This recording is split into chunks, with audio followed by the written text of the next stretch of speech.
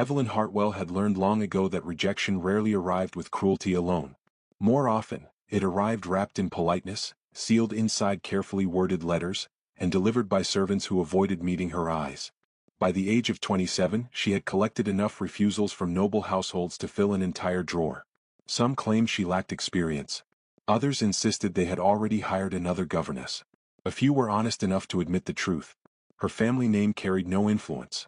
Her father had died with little to leave behind except unpaid obligations and fading respectability. When the letter from Ravensshire Manor arrived, she almost did not open it. She sat beside the narrow window of her boarding house for nearly an hour before breaking the seal. The invitation was brief but genuine. Ravensshire Manor required a governess for 3 children. The position was available immediately. For Evelyn, it felt less like an opportunity and more like a final doorway before every other door closed forever. 3 days later, she traveled north beneath gray autumn skies, her small suitcase resting beside her in the carriage. Fields rolled past the windows in endless shades of gold and green. Villages appeared and disappeared. Church spires rose above distant trees. Throughout the journey, she rehearsed introductions and lessons in her mind, attempting to silence the anxiety tightening around her heart. By sunset, Ravensshire Manor appeared beyond a line of ancient oaks. The estate was magnificent. Its towers rose against the fading sky like guardians of another age. Stone walls stretched across acres of carefully tended land. Elegant gardens surrounded the manor, while fountains reflected the last amber rays of sunlight. For a moment, Evelyn wondered if a woman like her truly belonged there. The moment passed when the carriage stopped. A footman opened the door. His expression immediately told her she was unwelcome. "The governess?" he asked. Evelyn nodded. The man did not smile. As she stepped onto the gravel drive, she noticed several servants watching from nearby windows. Their whispers drifted through the cool evening air. "That is her.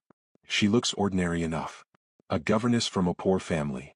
The Duke will send her away within a week." The words struck harder than Evelyn wished to admit.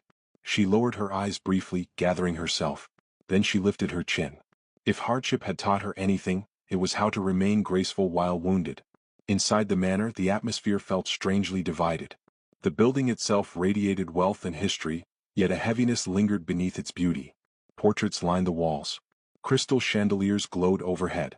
Marble floors reflected the warm light of countless lamps. Yet despite the grandeur, the house felt lonely. The housekeeper escorted Evelyn toward her room. Along the way, she learned that Duke Sebastian Ravensshire was currently in London handling urgent estate matters and would not return for several weeks. "The children have become difficult since their mother's death," the woman explained stiffly. "Most tutors and governesses have not lasted." Evelyn listened quietly. The sadness hidden beneath those words felt deeper than simple misbehavior.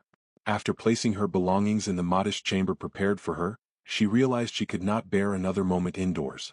The journey had been long and the tension of arrival still clung to her nerves. She slipped outside and wandered toward the gardens. Evening sunlight painted the roses in shades of copper and crimson. Gentle wind stirred the hedges. Birds settled among the trees as daylight slowly surrendered to dusk. For the first time that day, Evelyn felt herself breathe freely. Then she heard laughter. She followed the sound around a stone fountain. 3 children stood near the garden wall. The oldest boy attempted to balance atop the edge of the fountain while another boy shouted instructions. A little girl clapped excitedly. The moment the older boy lost his footing, Evelyn reacted instinctively. She rushed forward and caught him before he struck the ground. The boy stared at her. She stared back. For one awkward second, nobody spoke. Then the little girl burst into laughter. "You looked like a flying goose," she declared. The older boy groaned dramatically. "I did not." "You absolutely did." Evelyn smiled despite herself. The children immediately noticed. Something changed. Oliver Ravensshire, age 12, possessed the confidence of a future leader but carried sadness behind his eyes. Theodore, 10, radiated restless curiosity. Clara, 8, seemed to have enough warmth to brighten an entire room. Most adults greeted them with rules. Evelyn greeted them with kindness. Within minutes they were asking questions. Did she like books? Could she ride horses? Was she afraid of thunderstorms? Did she know any adventure stories? Their enthusiasm caught her completely off guard. Before long, they were sitting together beneath an old oak tree while she told them a tale about explorers crossing distant seas. The sun disappeared. The first stars emerged. Yet none of them seemed eager to leave. At supper that evening, the servants noticed something unusual. The children were smiling. Not polite smiles. Not forced smiles. Real ones. They spoke excitedly about their new governess. They interrupted one another trying to tell stories. Clara laughed so hard she nearly dropped her spoon. Even the housekeeper looked surprised. Across the room, however, another observer watched with growing displeasure. Lady Beatrice Ashcroft, the Duke's cousin. Her elegant face remained composed, but her eyes revealed irritation. She had expected the new governess to fail immediately. Instead, the children already seemed enchanted.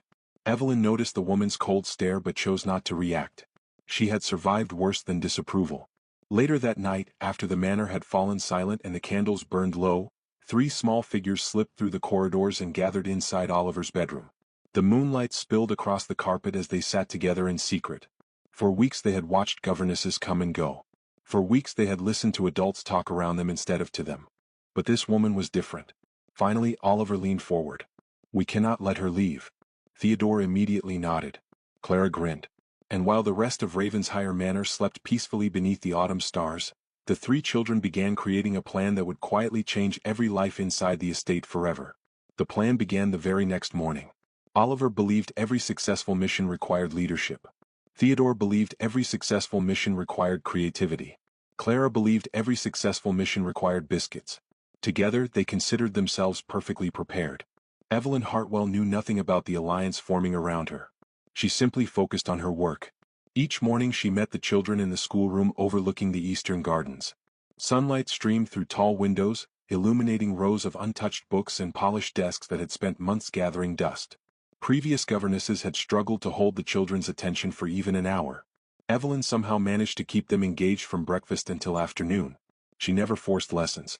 She transformed them. History became stories of brave explorers and fallen kingdoms. Geography became adventures across oceans and deserts. Literature became conversations rather than lectures. For the first time in years, learning felt alive. Theodore discovered that questions were welcome. Oliver discovered that responsibility did not always mean carrying burdens alone. Clara discovered that mistakes were not disasters. The change happened gradually. Then suddenly, within weeks, Ravensshire Manor felt different. Laughter echoed through corridors that had long remained silent. The gardens became filled with childish voices. The library doors stayed open. Even the servants began noticing the transformation. The children no longer wandered aimlessly through the estate searching for distractions. They sought Evelyn instead. At first, she worried their attachment might be unhealthy.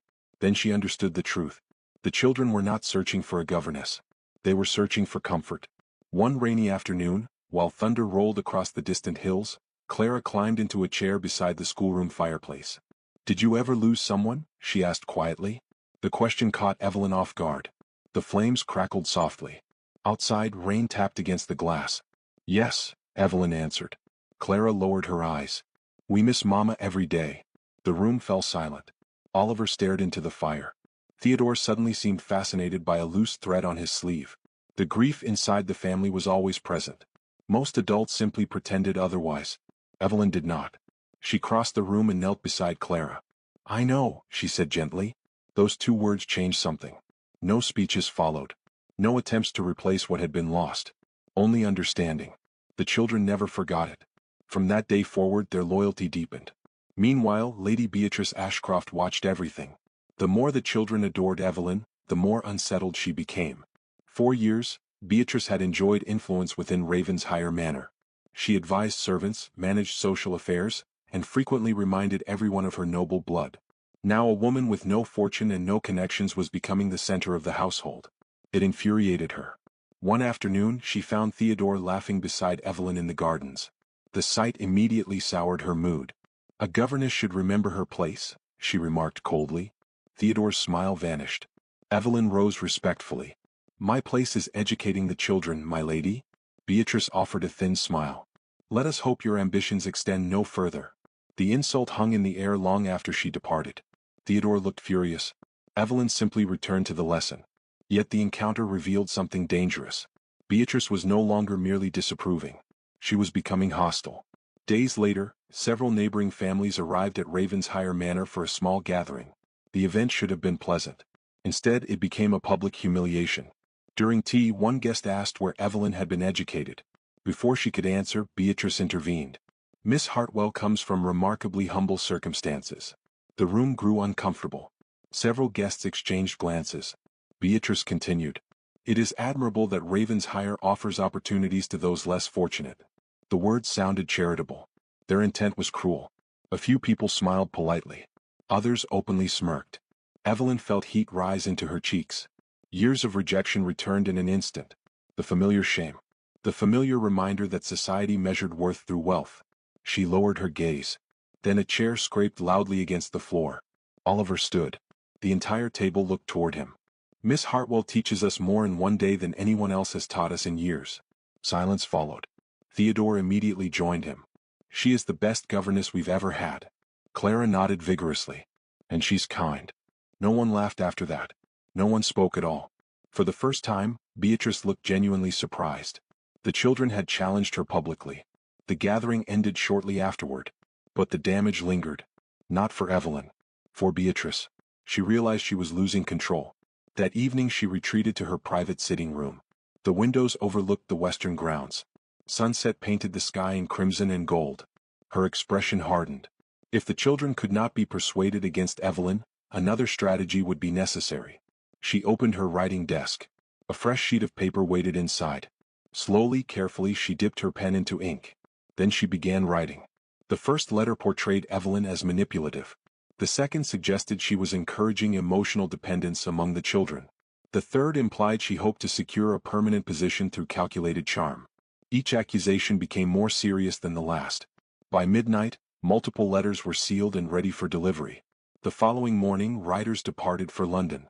Far away, Duke Sebastian Ravenshire remained consumed by estate negotiations, legal disputes and financial responsibilities. Days passed before Beatrice's letters reached him. One by one he opened them. One by one he read the accusations. At first he dismissed them. Then more arrived. Each painted the same troubling picture. A clever governess. 3 impressionable children. A household gradually falling under her influence. Sebastian trusted few people. Responsibility had taught him caution. By the time he finished the final letter, uncertainty had begun taking root. Meanwhile, back at Ravensshire Manor, Evelyn remained unaware of the storm gathering beyond the estate. She spent her evenings helping Clara practice reading. She listened patiently to Theodore's endless questions. She encouraged Oliver's growing confidence. The alliance between them strengthened daily. The children even began speaking about the future as though Evelyn's presence were permanent. A future she dared not imagine. Then, 3 weeks after her arrival, a sealed message arrived from London. The housekeeper read it. Her eyes widened. News traveled quickly through the manor. Servants whispered.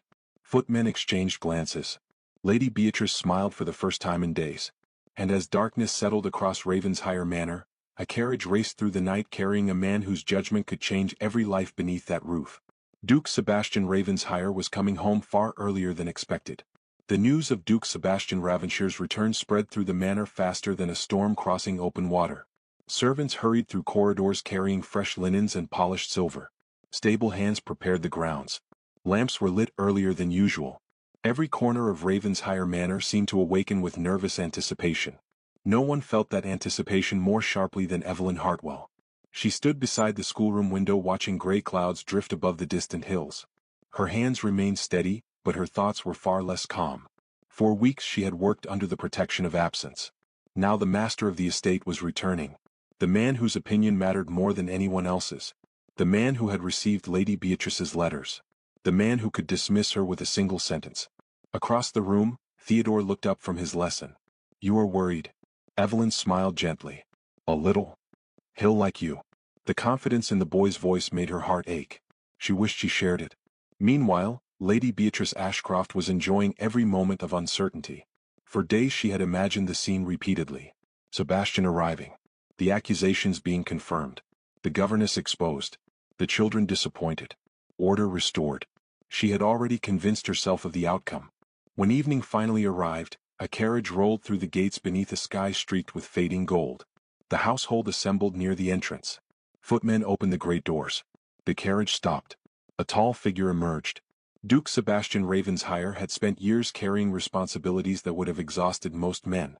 At 38, he possessed the quiet authority of someone accustomed to making difficult decisions. His dark coat was dusted with travel dirt. His posture remained straight despite the long journey. There was strength in him but also weariness. Loss had left its mark. The death of his wife years earlier had carved a permanent shadow behind his eyes. As he stepped into the manor, servants bowed respectfully. Beatrice approached immediately. "Cousin." Sebastian greeted her politely but briefly. His attention was elsewhere. He expected tension. He expected disorder. Instead he noticed something unusual. The house felt alive. Children's laughter echoed faintly from somewhere upstairs. Fresh flowers decorated the entrance hall. The atmosphere felt warmer than he remembered. It unsettled him. The image painted by Beatrice's letters suddenly seemed less certain. Before he could ask questions, rapid footsteps thundered through the corridor. 3 small figures appeared. "Father." Oliver reached him first. Theodore collided into his side moments later. Clara threw her arms around him without hesitation. For an instant, Sebastian simply stood there holding them. The embrace struck him harder than any welcome he had received in years. His children looked happier. Not merely well-behaved. Happy. The difference was impossible to miss. As they walked together toward the drawing room, the children talked over one another. Oliver spoke about history lessons. Theodore described science experiments. Clara shared a story involving poetry and a runaway rabbit. One name appeared repeatedly. Miss Hartwell. Miss Hartwell said this. Miss Hartwell taught that. Miss Hartwell helped us. Sebastian listened carefully. Their admiration sounded genuine. Not rehearsed. Not manipulated. Genuine. Each compliment weakened the foundation of Beatrice's accusations. Later that evening, after the children had retired, Sebastian requested a meeting with the governess. The message reached Evelyn while she organized books in the schoolroom. Her pulse quickened. The moment had arrived. She followed a servant downstairs. The drawing room glowed softly beneath candlelight. Flames danced inside the fireplace. Shadows flickered across polished wood and shelves lined with leather-bound volumes. Sebastian stood near the hearth. When Evelyn entered, he turned. For a brief moment, neither spoke. The silence felt unexpectedly significant. Evelyn had imagined a cold aristocrat hardened by privilege. Instead, she found a man carrying quiet sorrow beneath composed dignity. Sebastian had expected someone calculating and ambitious. Instead, he found calm intelligence and unmistakable kindness. The contrast surprised them both. "Miss Hartwell." "Your Grace." He invited her to sit. Their conversation began formally. He asked about the children's studies. She answered honestly. He questioned their progress. She described their strengths and weaknesses. Gradually, tension eased. Sebastian discovered she never exaggerated achievements. Evelyn discovered he listened carefully before forming conclusions. Neither noticed how much time had passed. When the meeting finally ended, both carried away impressions that refused to disappear.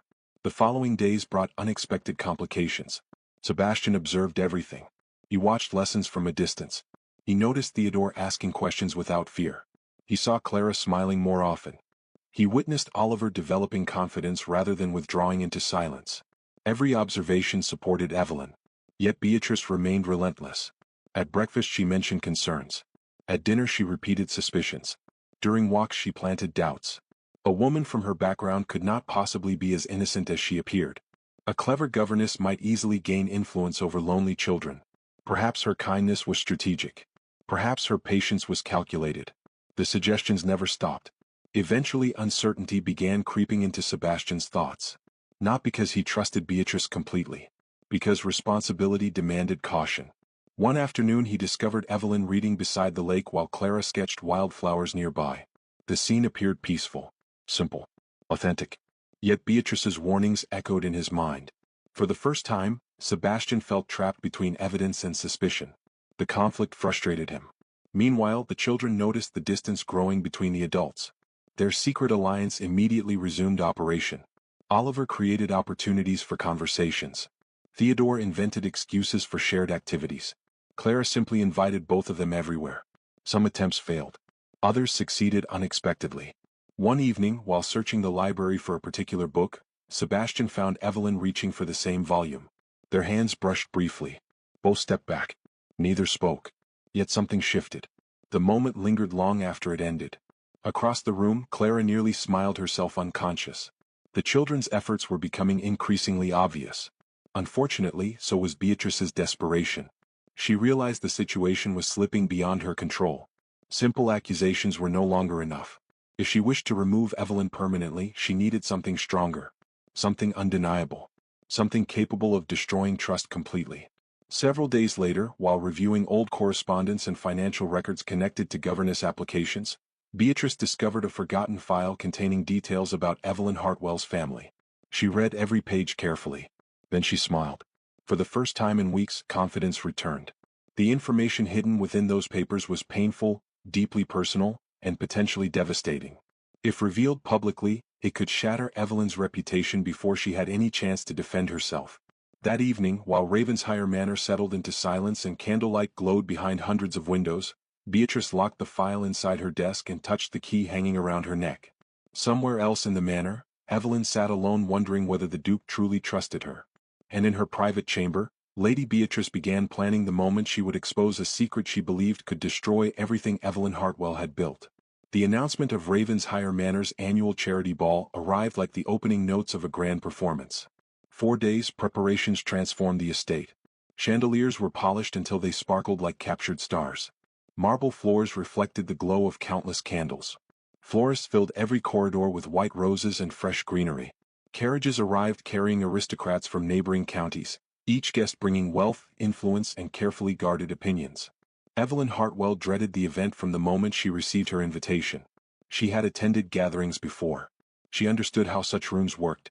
People measured one another before exchanging a single word. Family names carried more value than character. Fortunes opened doors that kindness never could. Part of her wished to remain in the schoolroom and avoid the entire evening. But Sebastian personally requested her presence. It would mean a great deal to the children, he said. The sincerity in his voice left her unable to refuse. On the evening of the ball, Ravensshire Manor glowed against the darkness like a palace from a storybook. Music drifted through open windows. Lanterns illuminated the gardens. Elegant guests filled the entrance hall beneath crystal chandeliers. Evelyn descended the grand staircase slowly.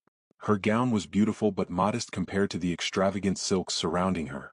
She carried herself with quiet dignity, yet she could already feel curious eyes studying her. Across the ballroom, Sebastian noticed her immediately. The realization irritated him. Not because she looked beautiful. Because he noticed before noticing anyone else. His gaze lingered for a moment too long. Then he forced himself to look away.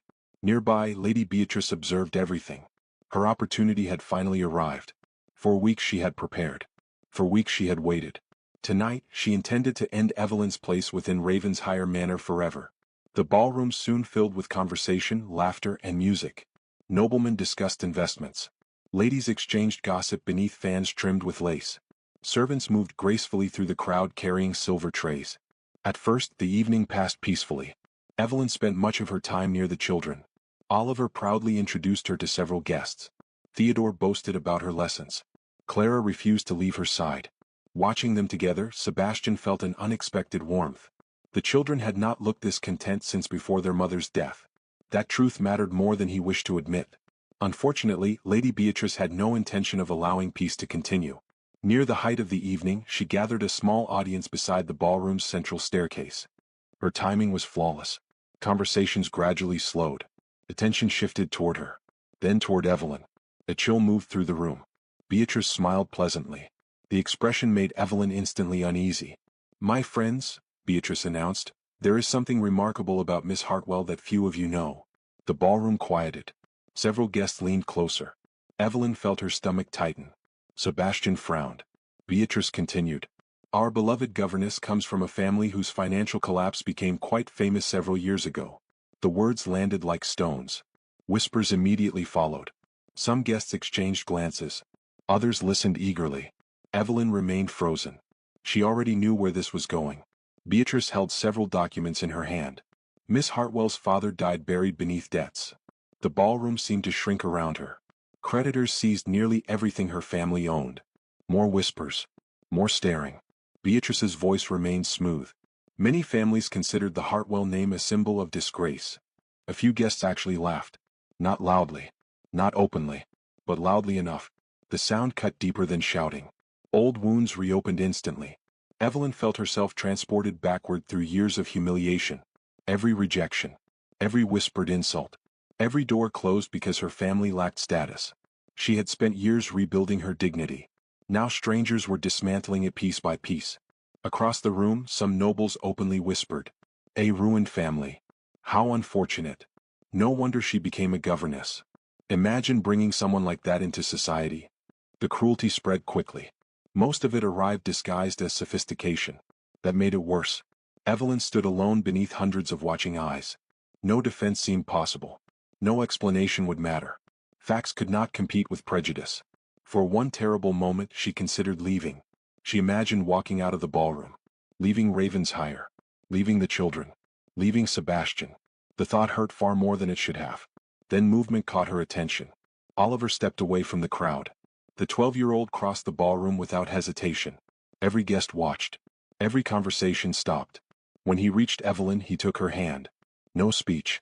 No apology. Just loyalty. The gesture alone stunned the room. Seconds later, Theodore followed. He positioned himself beside her. His young face burned with anger. Then Clara appeared. The little girl wrapped both arms around Evelyn's waist. The silence deepened. 3 children had answered cruelty with love. The contrast was impossible to ignore. Tears threatened Evelyn's composure. She fought them back. The children had chosen her. Not because of status. Not because of reputation. Because of who she was. Across the ballroom, Sebastian watched everything. His chest tightened. For weeks he had struggled between suspicion and trust. Between Beatrice's accusations and his own observations. Now he saw the truth clearly. Not within the documents. Within the reactions. Beatrice wielded another person's suffering like a weapon. The children defended that same person without hesitation. The difference revealed everything. Slowly, Sebastian began walking. The crowd parted automatically. His expression remained calm. Yet something dangerous simmered beneath the surface. When he reached Evelyn, he stopped beside her. The entire ballroom waited. Beatrice smiled confidently. She believed victory had arrived. Instead, she watched it disappear. Sebastian looked directly at the assembled guests. Then he spoke. The only person in this room who has demonstrated true nobility is Miss Evelyn Hartwell. Silence crashed across the ballroom. Nobody moved. Nobody spoke. The statement carried more power than any raised voice. Sebastian continued. She has shown patience where others showed judgment. His gaze swept across the guests. Compassion where others offered cruelty. Several nobles lowered their eyes. Integrity where others have hidden behind titles. The embarrassment spreading through the room became impossible to miss. The same people who had whispered moments earlier suddenly found the floor fascinating. Beatrice's confidence evaporated. For the first time all evening, she appeared uncertain. The crowd had turned. Not completely. But enough. The balance of power shifted before everyone's eyes. Evelyn stood speechless. She had expected humiliation. She had prepared herself for rejection. She had not prepared for someone standing beside her. Especially Sebastian. The music never resumed properly afterward. Conversations became subdued. Guests departed earlier than expected. The glittering evening ended beneath a strange mixture of shame and reflection. Long after the final carriage disappeared into the darkness, Sebastian remained awake. Moonlight filtered through the windows of his study. The manor had fallen silent. Yet his thoughts refused to settle. He remembered Evelyn's courage. The children's devotion. The pain in her eyes when the insults began. Most of all, he remembered how fiercely he wanted to protect her. The realization arrived slowly. Then all at once. It had nothing to do with gratitude. Nothing to do with admiration. Nothing to do with duty. Standing alone in the darkness, Sebastian Ravensshire finally understood the truth he had been avoiding for weeks. He was falling in love with his governess. And somewhere else in the sleeping manor, Lady Beatrice Ashcroft sat before a candlelit desk, staring at forged documents she had only just completed, convinced she still possessed one final way to destroy everything. The morning after the charity ball arrived beneath pale autumn sunlight, but peace did not return to Ravensshire Manor. Lady Beatrice Ashcroft had suffered a public defeat, yet humiliation only sharpened her determination. While the household slowly recovered from the previous evening's scandal, she locked herself inside her private sitting room and prepared her final attack. If she could not destroy Evelyn Hartwell through gossip, she would destroy her through evidence. Forged evidence. By noon, carefully fabricated documents lay spread across her desk. False letters suggested that Evelyn had secretly manipulated the children to secure influence within the household. Invented correspondence implied she hoped to marry into wealth. Every page had been crafted with precision. To an outsider, the deception appeared convincing. Beatrice smiled as she examined her work. Victory finally seemed within reach. Meanwhile, Evelyn spent the morning with Clara in the gardens, helping her identify late-blooming roses. The little girl skipped between flowerbeds while speaking enthusiastically about future lessons. For the first time in weeks, Evelyn allowed herself a small measure of happiness. The previous evening had changed something. Not simply because Sebastian had defended her. Because someone had chosen her when society had chosen cruelty. The memory still warmed her heart. Unfortunately, the calm did not last.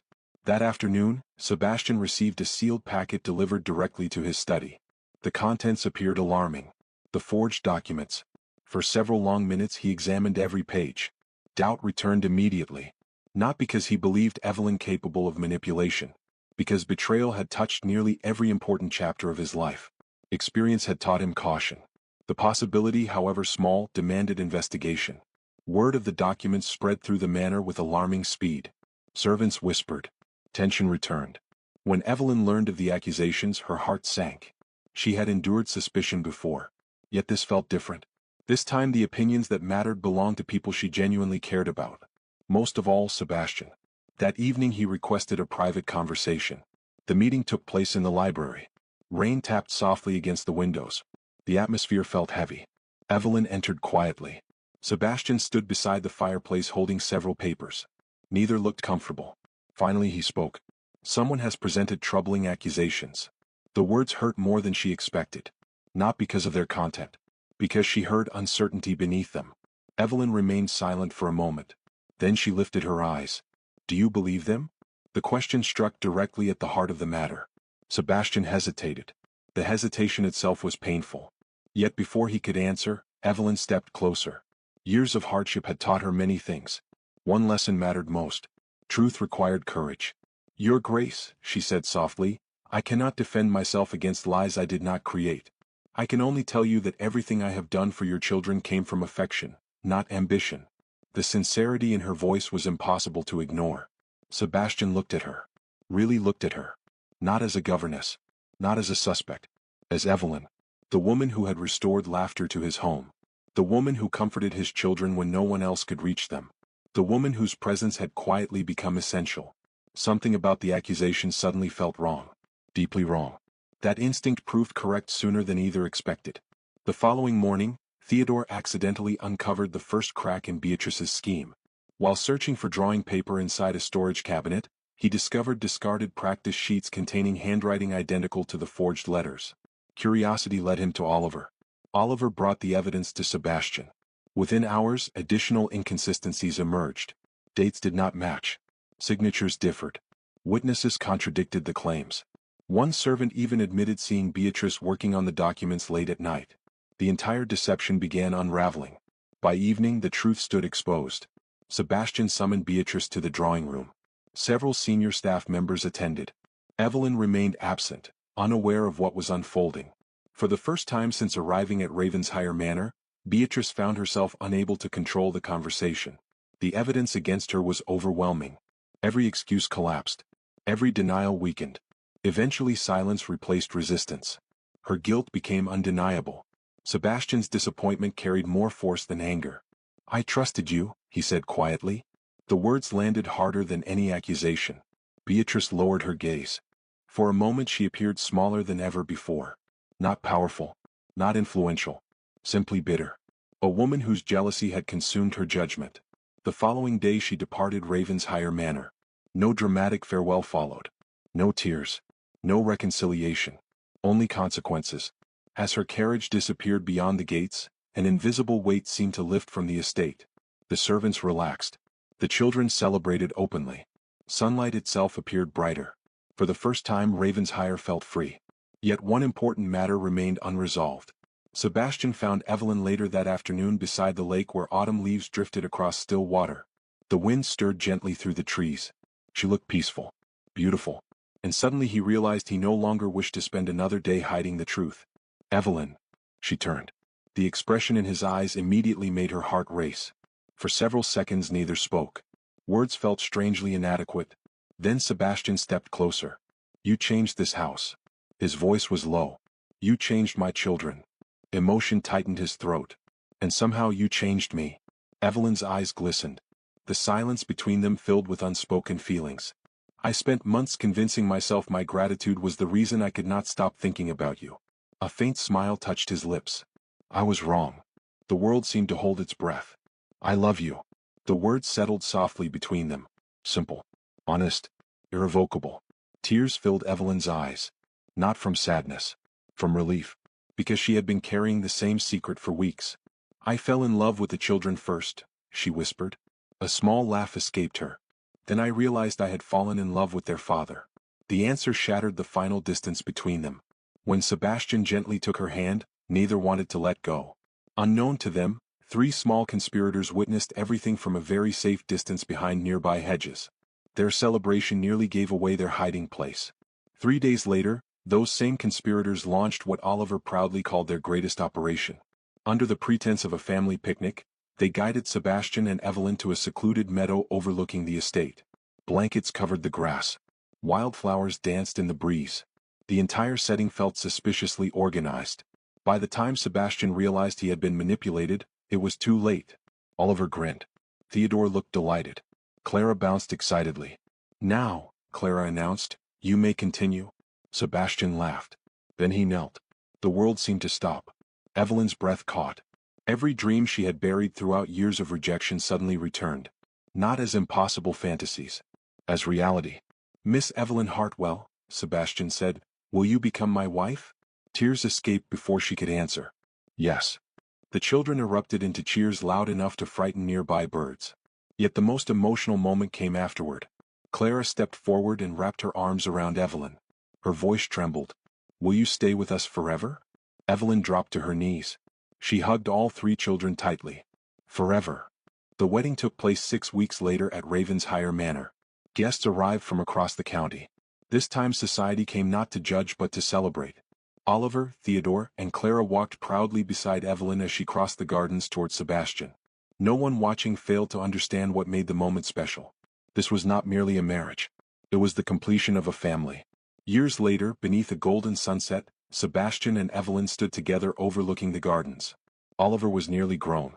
Theodore still asked endless questions. Clara's laughter still filled the estate. The home once haunted by grief now overflowed with life. Evelyn watched the children running across the lawn and remembered arriving at Ravensshire Manor carrying a single suitcase and a lifetime of rejection. She had come as the governess nobody wanted. She had expected another disappointment. Instead, 3 lonely children had opened a door that society tried desperately to keep closed. And because they chose kindness when others chose judgment, she now stood beside the man she loved, surrounded by the family they had all needed from the very beginning.